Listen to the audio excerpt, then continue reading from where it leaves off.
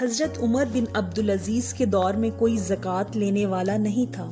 یحییٰ بن سعید کہتے ہیں کہ مجھے عمر بن عبدالعزیز نے افریقہ میں زکوٰۃ کی تحصیل پر مقرر کیا۔ میں نے زکوٰۃ وصول کی۔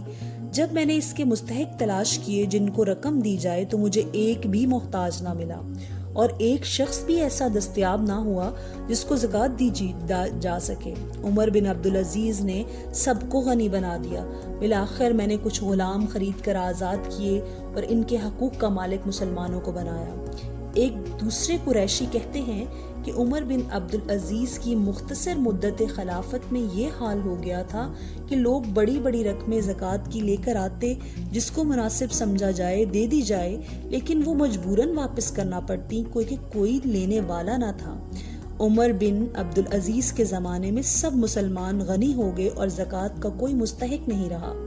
ان ظاہری برکات کے علاوہ جو صحیح اسلامی حکومت کا ثانوی نتیجہ تو ہے، بڑا انقلاب یہ ہوا کہ لوگوں کے رجحانات بدلنے لگے، قوم کے مزاج جو تھے اس میں تبدیلی پیدا ہونے لگی۔ ان کے مؤثر کہتے ہیں ہم جب ولید کے زمانہ میں جمع ہوتے تو عمارتوں اور طرز تعمیر کی بات چیت کرتے تھے، اس لیے کہ ولید کا یہی اصل ذوق تھا۔